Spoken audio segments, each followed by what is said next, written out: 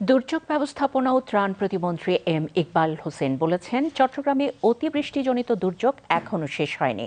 দুর্যোগ শেষে ক্ষয়ক্ষতির পরিমাপ অনুযায়ী সরকার প্রয়োজনীয় ব্যবস্থা নেবে। তিনি আজ সকালে চট্টগ্রাম সার্কিট হাউসে সাংবাদিকদের এক প্রশ্নের জবাবে এই কথা বলেন।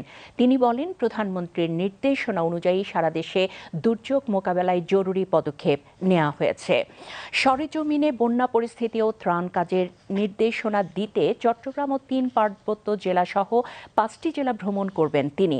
ইতোমধ্যেই চট্টগ্রামে ৬৫০টি আশ্রয় কেন্দ্রে আশ্রয় নিয়েছেন ২৫,০০০ সাধারণ মানুষ। তাদের জন্য শুকনা খাবার ও প্রয়োজনীয় ঔষধপত্রের ব্যবস্থা হয়েছে বলে জানিয়েছেন প্রতিমন্ত্রী। আমাদের সাহায্য দেওয়ার দরকার আছে কিনা সেটা পর্যবেক্ষণ করব বা ওইভাবে কাজ করব।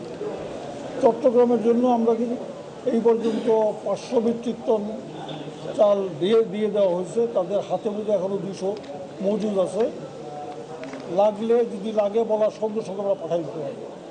বন্যার অবস্থা আসলেই ভয়াবহভাবে খারাপ, কিন্তু অনেক সময় হয় যে ভয়াবহ খারাপ বা অনেক খারাপ আমরা ওই পর্যন্ত বলে ছেড়ে দিই, জানি না কতটুকু খারাপ, বাট এইবার আমরা জানি কতটুকু খারাপ, সেই জন্য আমরা ওইভাবে পদক্ষেপ নিতে পারতেছি।